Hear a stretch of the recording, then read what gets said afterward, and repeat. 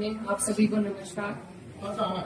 आज बहुत ही भारी मन के साथ मैं आपके बीच में आई और एक घटना ऐसी घटी गांव में जिससे सब बहुत दुखी हैं, सब बहुत परेशान हैं।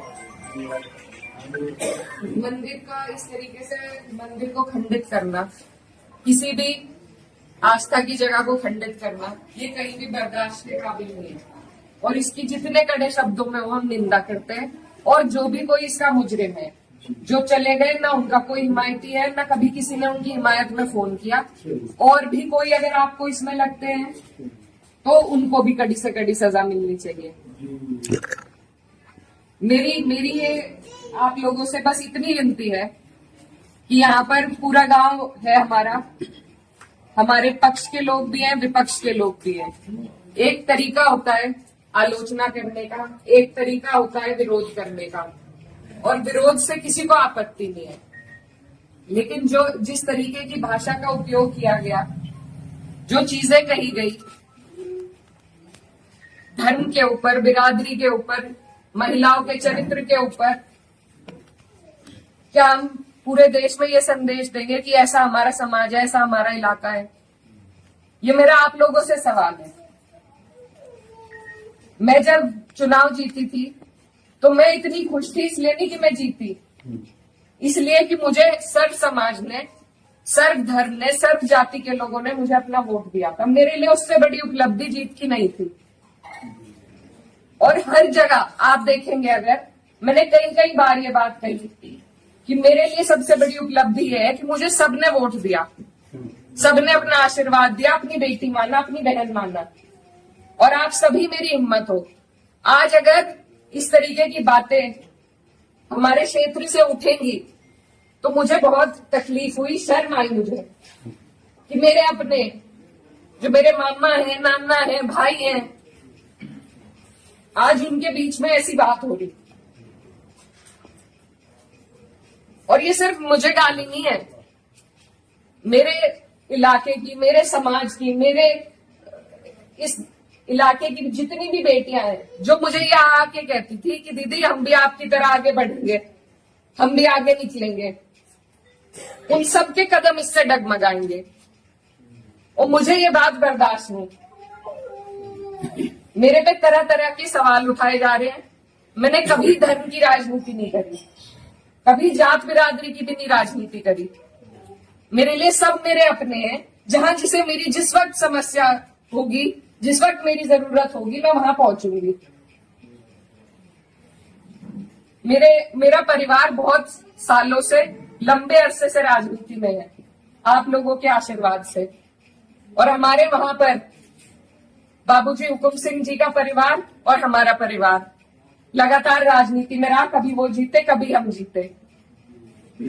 लेकिन मैं आज उन्हें नमन करते हुए आपको ये बताना चाहती हूँ, कभी ऐसा नहीं हुआ कि किसी ने किसी पर व्यक्तिगत टिप्पणी करी हो, किसी ने किसी को इस तरीके की ओछी बातें कही हो। तो वो एक राजनीति का स्तर था। और आज जो राजनीति का स्तर हम लेके आ रहे हैं, मेरे काम हो सकता है लोगों को पसंद ना हो, बिल्कुल 5 साल बाद मुझे आपके बीच में आना है। मैं किसी आपकी कसौटी पे खरी नहीं उतरी, मैं वोट मांगने की भी हकदार हूं, और आपको देना भी नहीं चाहिए। लेकिन अगर कोई आपके इलाके से कोई लड़की अगर हौसला कर रही है, आगे बढ़ रही है, तो क्या उसे गालियां मिलनी चाहिए? क्या मैं आपके समाज की बेटी नहीं हूं? बिल्कुल। ऐसी बातें रोज देख कर कि इन्होंने तो धर्म बदल लिया था, ये तो सब हमारे इतिहास का हिस्सा है। इसका जवाब मैं दे सकती हूँ या कोई और दे सकता है क्या? मुझे किसी ने कहा कि अपने पिता की तरह कभी कभी खनक आती है आवाज में, तो मैं वो बात बदल नहीं सकती। मेरे खून में शामिल है, बिरादरी भी खून में शामिल है। निकाल लो, आप निकाल लो मेरा खून। लेकिन इस तरीके से ना तो मेरे समाज का, ना मेरा सर इस तरीके से ना झुकाओ सारी दुनिया के सामने ही। मेरी आप सबसे अपील है हाथ जोड़ के। मैंने कभी नहीं कहा, कभी नहीं करी मैंने धर्म की राजनीति, ना मैं करूंगी। बहुत आसान है अगर मैं सिर्फ मुसलमानों की बात करूं, बहुत आसान है, मुझे कहीं भी नहीं जाना। हिंदू मुस्लिम सब करने बहुत आसान है, लेकिन मैं करना नहीं चाहती। आप सब मेरे अपने हो और मैं करूंगी भी नहीं। कोई कितना ही धकियाए, ये मेरी कसौटी है। और पूरे 4-5 साल जो भी मेरा टाइम बचा उस पर मैं खरी उतरूंगी। मैं कभी भी इन लोगों से दब के उस रास्ते पे नहीं चलूंगी जहां ये मुझे चलाना चाह रहे हैं। मेरे इलाके ने जो हम सबका सर ऊंचा करा, दिल्ली की मीडिया तक ने इस पर रिपोर्ट बनाई कि वहां से ऐसा उदाहरण पेश हुआ है कैराना से।